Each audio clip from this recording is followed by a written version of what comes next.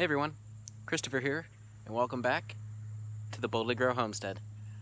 It's September, so I figured it's time for us to do another little garden tour. Let's go. Homesteading, the original frontier.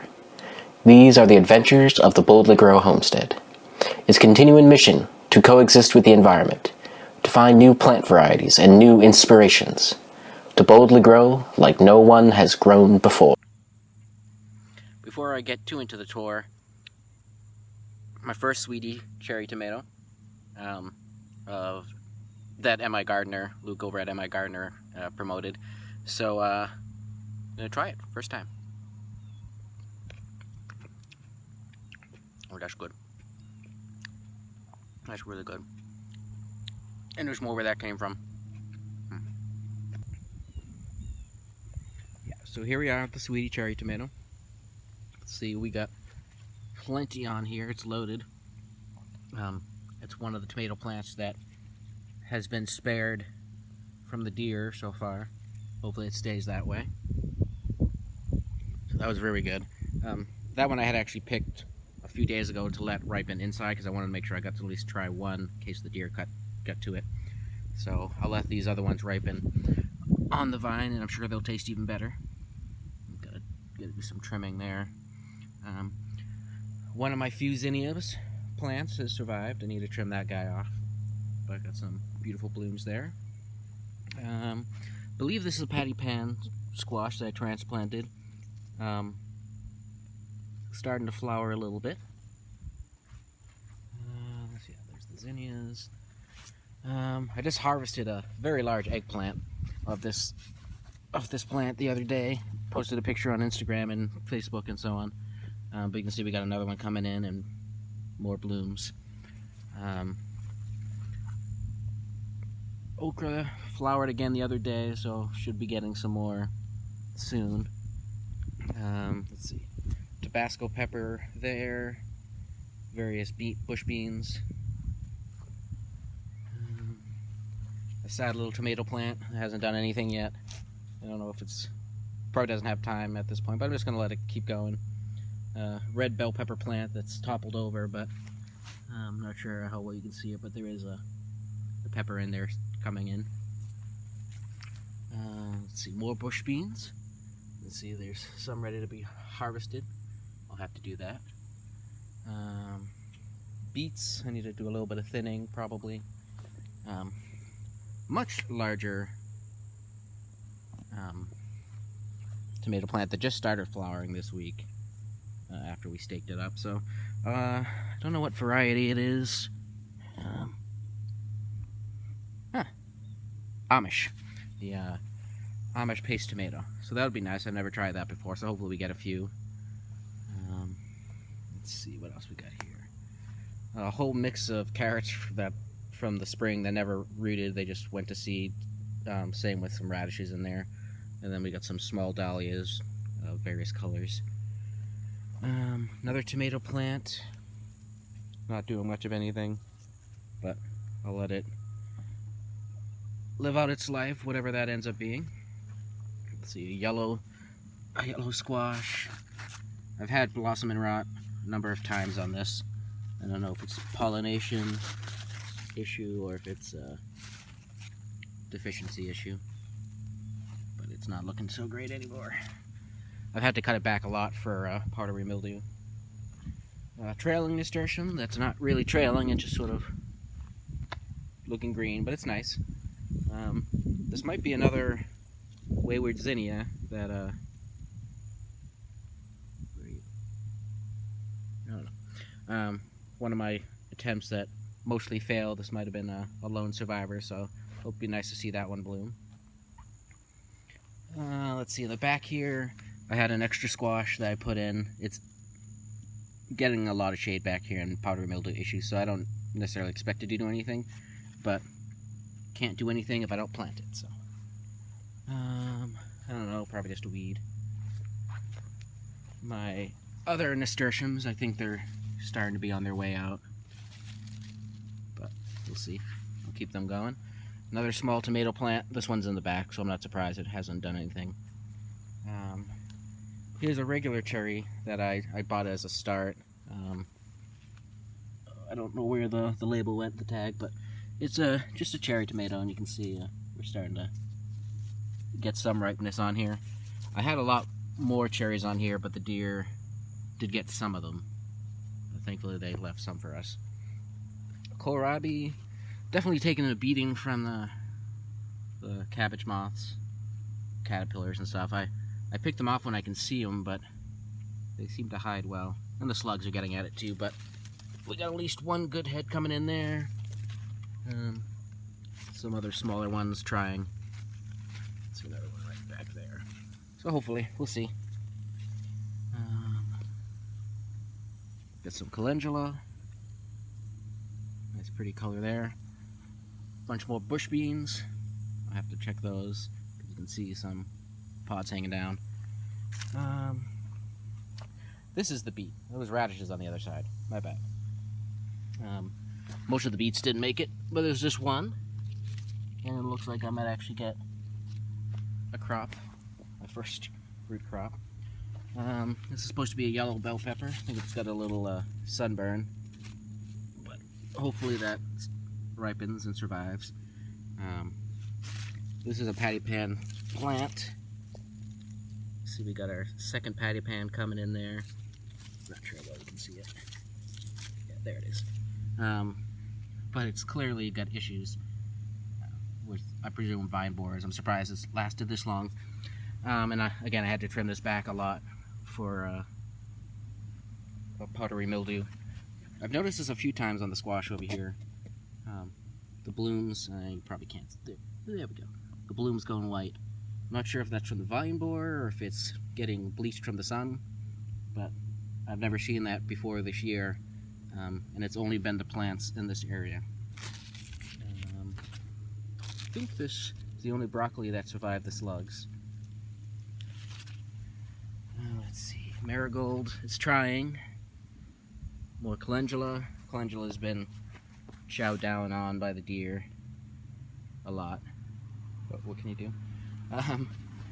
My sad little zucchini plant that I've gotten one zucchini from. I've had to trim it back a lot for powdery mildew, and then the deer decided to help as well. Looks like it's starting to come back though. Trying. Dinosaur kale that I've never gotten to try yet because all the buggers keep getting it. White cabbage moth, we got one flying around right now. Straight to the kohlrabi, of course. Let's see. Another okra plant, looking nice. We got a pink buckwheat, just to add a little color. And I actually saw a hummingbird over there a couple days ago. It was nice to see. Basil, gotten a seed a couple times. I keep forgetting to trim it back. Let's see, my lupin had flowered. I don't know if something got to it or if the bloom just died back, but got some lupin there. So this is our Roma tomato.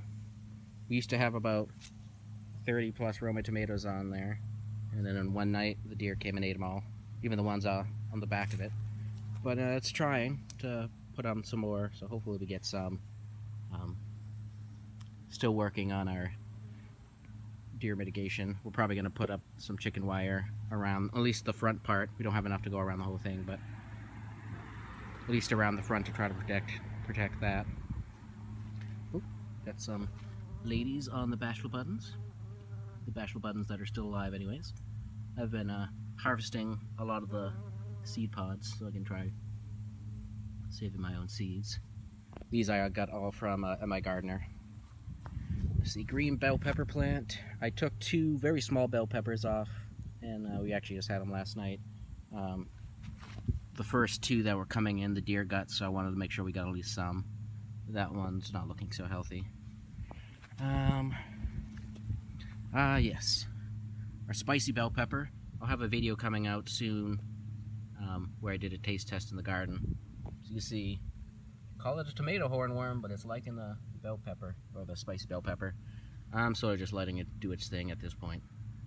That it hasn't produced any peppers beyond these in a while, so I'll probably harvest those and just let it be and get the nice moth some some other type of sweet pepper. I can't read the sign, but here's our red atomic grape that I had a beautiful cluster right here. You can see the deer got those two. Got a few more coming in the back. I'd really like to try it, so hopefully those ones make it. Some bush beans in here. See, these have been surprising me because these were the original ones I planted at the beginning of the spring. And I planted a lot more in the center, thinking I needed to succession plant these, and these are still going. So I will take it. Let's just take a quick look in the center here.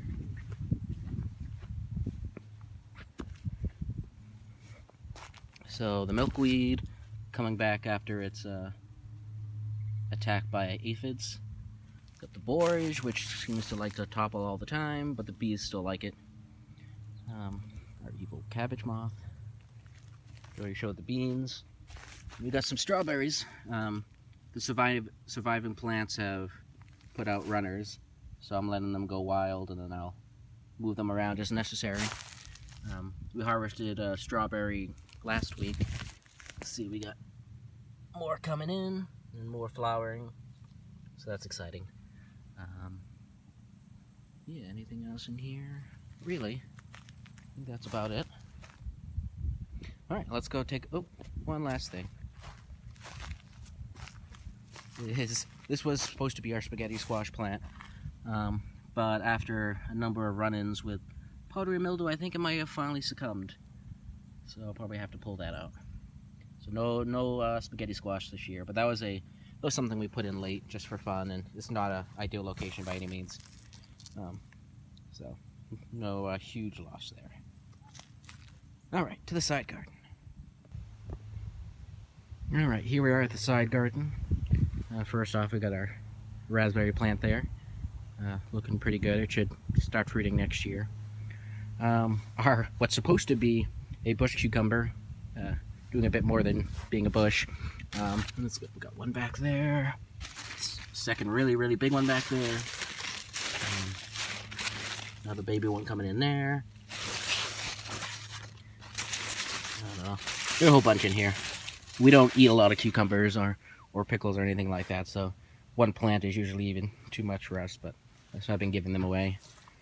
Scarlet runner bean plant is clearly on its way out. I'm just letting the pods dry so I can get the beans out. We put up, this is the fence that I usually keep mischief in, if I can't be watching her while I'm in the garden, but I want her out. Mischief's the cat, by the way. But repurposed it right now to try to protect our one pumpkin. The deer haven't been over here, but I don't want to take any chances. You can see the the pole beans doing really well. I've taken more off this one plant than I have from all those bush bean plants I showed you. It's just doing really well over here. Blueberry plant that, in hindsight, I should not have tucked in where I tucked it in, but it's alive. I'll have to, next year, next year all this vining stuff's going to be over in the main bed, and we're going to use this side for peppers and tomatoes and other crops that really like a lot of sun. So that won't get vined over. I've had to cut back this pumpkin a lot for powdery mildew, which is why you see very few leaves. The only ones that are really left are in the back because I can't reach them. Let's see here. Lemon Queen sunflower is sort of on its way out. I'm going to have to protect that head soon, so I can try to save some seeds. Let's see, we got our Jack Be Little pumpkin. I had one, the first female flower Jack Be Little. And I don't know if we got any more in here, but so hopefully I get a couple of those. Yeah, I don't know if that was I think it's a patty pan squash. It's got overgrown, so that's probably not going to produce anything. And I don't know what the hell that one is, delicata squash maybe. But clearly it's teeny tiny, and I'm surprised it even has a flower on it. So yeah, that's the garden at this point. I'm going to harvest what I can, the beans and so on, and then I'll show you what we have at the end. So that's today's harvest. Nothing crazy. Bunch of beans, lone tomato. Yeah, that's about it. Doesn't look like much, but if you've followed me on Instagram or Facebook or whatever, you've seen I've been harvesting a basketful or half a basketful every other day or so off this plant. So it's done a good job. I mean, it's looking like it on its way out, but still got some fresh blooms on there. So we'll get a little bit more. All right, so thanks for sticking with me if you're still here and going on the tour. And if you enjoyed this video, like, share, subscribe, comment down below, and don't forget to boldly grow.